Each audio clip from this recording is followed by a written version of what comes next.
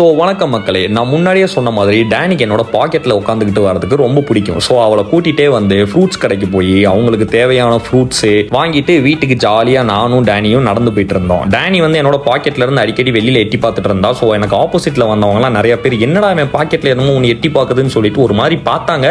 லைட்டாக ஒரு மாதிரி தான் ஃபீல் ஆச்சு. பட் இருந்தாலும் ஃபைன்னு வீட்டுக்கு வந்தாச்சு. சுகர் கிளைடர்ஸ் எல்லாமே வந்து பாக்கெட் பெட்ஸ் அப்படின்னு சொல்லுவாங்க. அதுக்கு வந்து இந்த வீடியோ ஒரு உதாரணமாக இருக்கும்னு நினைக்கிறேன். டேனியை வந்து என் பாக்கெட்டில் வச்சேன்னா பாக்கெட் விட்டு வெளியில வராத அளவுக்கு வந்து அவளை நான் நல்லா ட்ரெயின் பண்ணிட்டேன். ஸோ அதனால என் பாக்கெட்லேயே உட்காந்துட்டு வந்திருந்தா.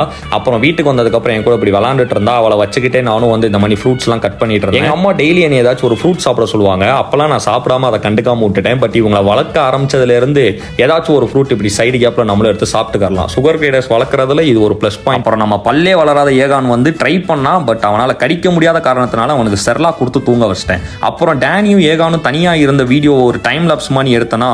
நம்ம ஏகான் வந்து பார்த்தீங்கன்னா டேனியோட கைக்கு கீழே அந்த பெட்டாஜியம் இருக்கும். அதுதான் அவங்க வந்து கிளைட் பண்ணுறதுக்கு உதவும். அதுக்குள்ளே தலையை விட்டு அவளை போட்டு அந்த டார்ச்சர் பண்ணிட்டு இருந்தான்.